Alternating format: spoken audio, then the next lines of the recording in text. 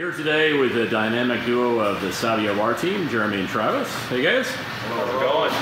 So we want to talk a little bit about Japanese whiskeys today. We're hearing a lot more about them. People at Sabio are ordering a lot more, but tell us what's different about Japanese whiskeys versus other whiskeys.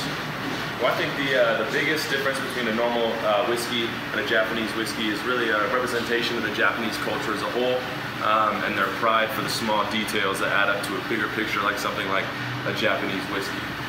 I would definitely agree. The distinct features that are found, in certain prefectures of Japan, and really the details, the water, the sources of air, humidity, really the entire bubble.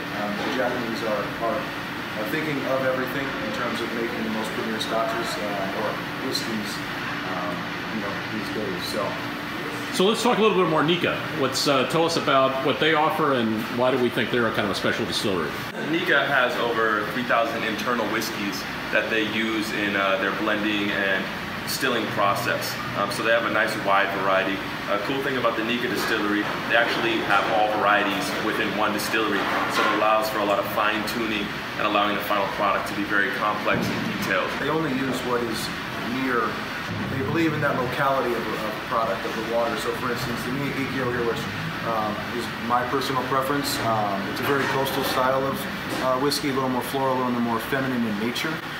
But they only use the water from the prefecture, which they believe is the cleanest for this particular style.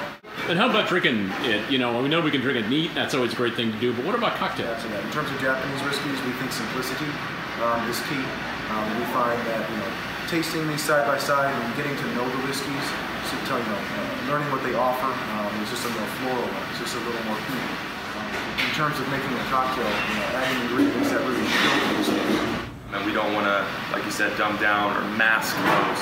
We want to bring them to light so the palate can easily access them and experience what they wanted to really showcase in each specific whiskey. All right, so let's have some fun. Let's put together a cocktail. We're going to be using the Nikka Whisky, a little bit of house-made strawberry syrup, a little bit of Fentiman's rose lemonade, really just to bring out the floral nature. And, a few dashes of bitters here, a few dashes of bitters there. So let's get started. So this incorporates 1 dash of orange bitters, primarily for its aromatics. 1 dash of your standard Angostura bar bitters, 1/4 ounce of this strawberry syrup. Here at Sabio, we do 2-ounce pours, never short.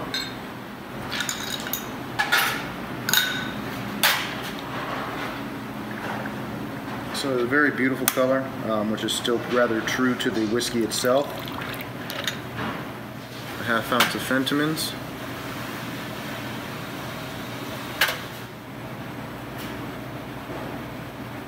Beautiful. And what do we call this? This is called Kaizen. Kaizen. To continuously improve in Japanese. All right, guys. Hey, thank you so much. We'll be talking to you again in our next in the series of KnowYourBeverage.com.